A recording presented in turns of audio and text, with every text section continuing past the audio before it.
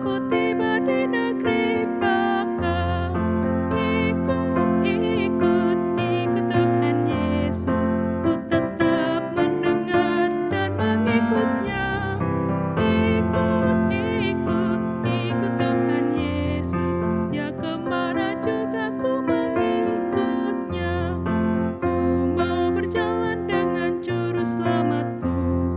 Di lembah gelap, di badai yang menderu, aku takkan takut di bahaya apapun.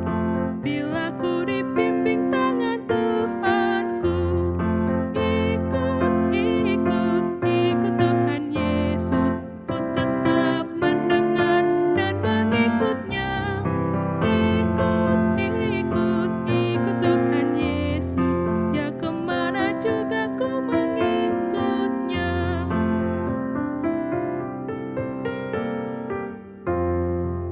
Bersama juru selamat hatiku teguh.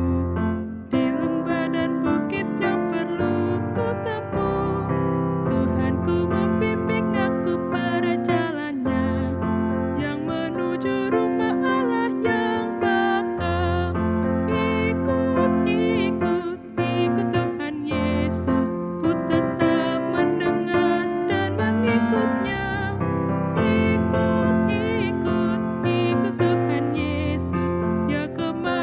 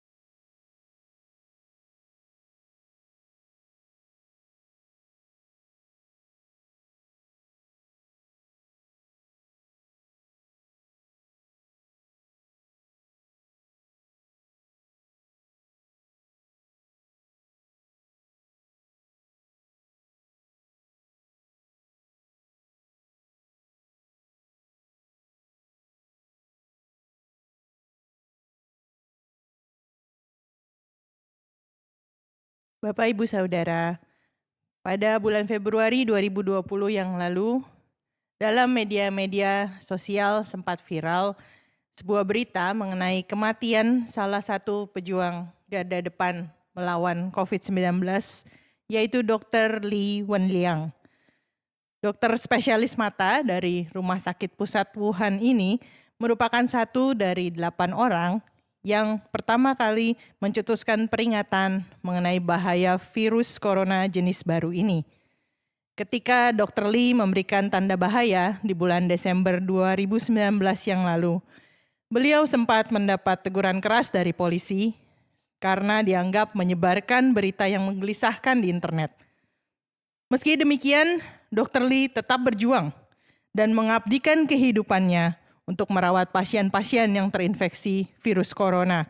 Bahkan sampai beliau sendiri terkena dampaknya dan menghembuskan nafas terakhir, meninggalkan seorang istri yang sedang hamil 8 bulan, juga seorang putra yang berusia 5 tahun. Ada banyak orang yang menangisi kepergian beliau. Bahkan sebuah situs dalam media sosial di China menyebutkan Dr. Li sebagai seorang Kristen yang sudah menang dan sudah pulang ke rumah Bapa di surga.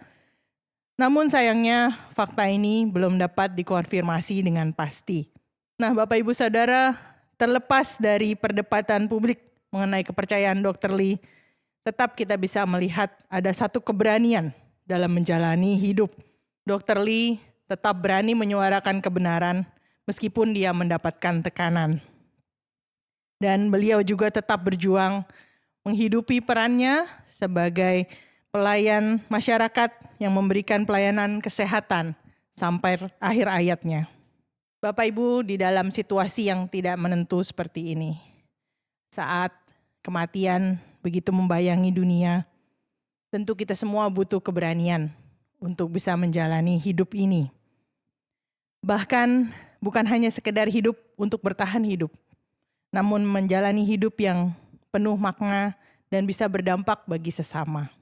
Di saat masa depan begitu suram dan tidak jelas, banyak orang merasa lebih baik mati saja daripada bertahan hidup tapi menanggung penderitaan.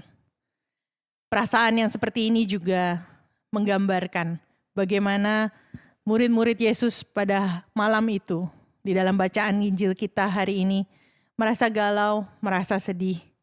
Karena Tuhan Yesus berkali-kali telah mengatakan dia akan pergi. Dia akan pergi ke satu tempat yang murid-murid tidak bisa mengikutinya. Lebih jauh lagi Tuhan Yesus juga mengatakan salah seorang dari mereka akan mengkhianati dia malam itu. Tentu murid-murid sangat syok. Lebih lagi Petrus yang merupakan pemimpin di antara para murid diberikan peringatan oleh Tuhan Yesus bahwa nanti dia akan menyangkal Tuhan Yesus sebanyak 3 kali. Nah, Bapak Ibu Saudara, di dalam kegelisahan seperti ini, Tuhan Yesus mengerti dan dia memberikan 3 hal supaya murid-muridnya bisa berani menjalani kehidupan meski tanpa kehadirannya secara fisik. Yang pertama, Tuhan Yesus memberikan jaminan, yaitu sebuah kepastian akan akhir kehidupan para murid. Yesus mengatakan, bukankah murid-murid sudah percaya kepada Allah yang selama ini sudah terbukti menolong mereka? Sekali lagi Yesus menegaskan bahwa dia pun layak dipercaya. Karena pada saat ini dia juga sedang mempersiapkan dan pada akhirnya nanti akan membawa murid-murid ke rumah Bapa, yaitu sebuah tempat di mana kita semua yang percaya kepada Kristus tidak akan lagi berpisah selama-lamanya. Nah, bukankah kepastian akan sebuah akhir yang baik bisa menjadi pendorong yang memberikan keberanian? Contohnya, kalau kita punya sebuah asuransi all risk untuk kendaraan kita tahu bahwa ketika kendaraan kita mengalami kecelakaan atau kehilangan, kita akan mendapatkan ganti rugi. Dan ada sebuah jaminan bahwa kendaraan kita akan diperbaiki atau diganti. Jadi kita akan lebih berani untuk menjalani perjalanan di mana lalu lintas itu situasinya tidak menentu. Kita jadi merasa lebih aman karena apapun yang terjadi ada pihak yang bertanggung jawab untuk mengganti ataupun memperbaiki apa yang hilang ataupun rusak. Apalagi di dalam relasi kita dengan Tuhan Yesus. Ia telah berjanji bahwa Dia akan selalu bersama kita di dalam Roh Kudus yang menjadi penolong dan juga menyertai kita selamanya. Yang kedua, Tuhan Yesus juga memberikan teladan. Yesus menyatakan bahwa Dia adalah jalan. Dalam bahasa aslinya, jalan bukan hanya menunjuk kepada sebuah rute, tetapi juga sebuah cara hidup atau cara menjalani kehidupan.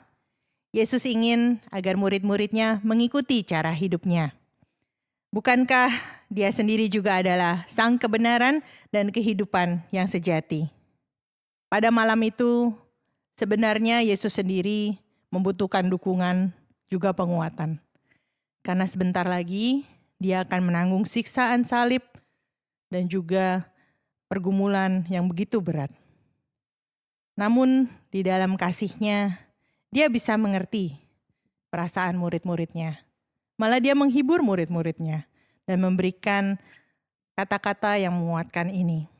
Ia tidak menuntut haknya, meminta murid-muridnya untuk mengerti kondisinya dan keresahan hatinya. Sebaliknya, Ia malah menguatkan para murid.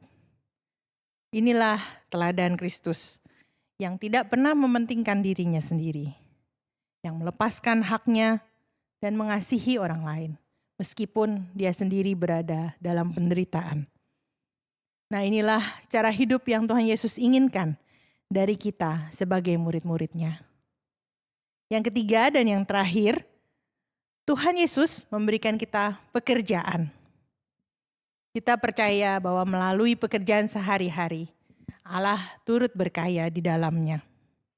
Efesus 2 ayat 10 mengatakan bahwa Allah telah mempersiapkan sebuah pekerjaan yang baik bagi kita yang percaya kepadanya di dalam Kristus. Dan Ia mau kita hidup di dalamnya.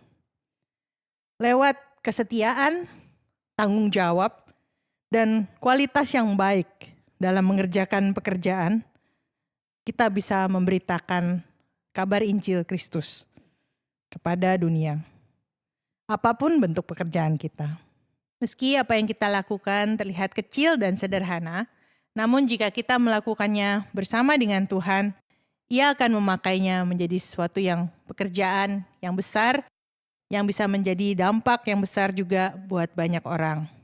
Keberanian kita dalam menjalani hidup bisa dilihat orang lain lewat cara kita bekerja sehari-hari. Jaminan iman kita, teladan hidup Kristus, perlu kita buktikan lewat apa yang kita kerjakan. Jika Dr. Li Wenliang yang belum tentu adalah pengikut Kristus bisa mengabdikan hidupnya dengan demikian, dia bisa bekerja sebaik-baiknya. Apalagi kita yang sudah mengenal Kristus dan sudah menjadi murid-murid-Nya. Bukankah kita semua dipanggil untuk mengantar sesama kita kepada sang jalan, kebenaran, dan hidup itu? Kiranya jaminan, teladan, dan pekerjaan yang diberikan oleh Tuhan boleh menolong kita untuk menjalani hidup yang penuh dengan keberanian. Tuhan Yesus memberkati. Amin.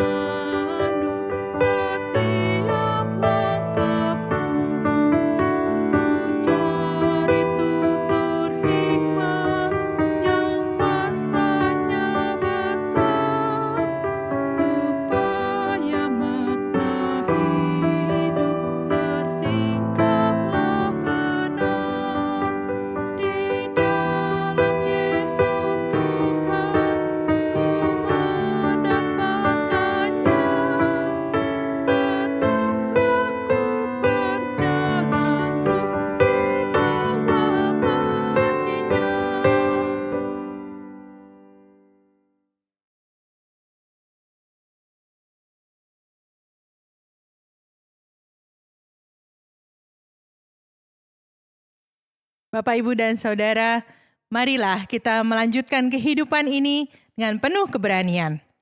Dan terimalah berkat Tuhan. Tuhan memberkati dan melindungi kita. Tuhan menyinari kita dengan wajah-Nya dan memberi kita kasih karunia. Tuhan menghadapkan wajah-Nya kepada kita dan memberi kita damai sejahtera. Amin.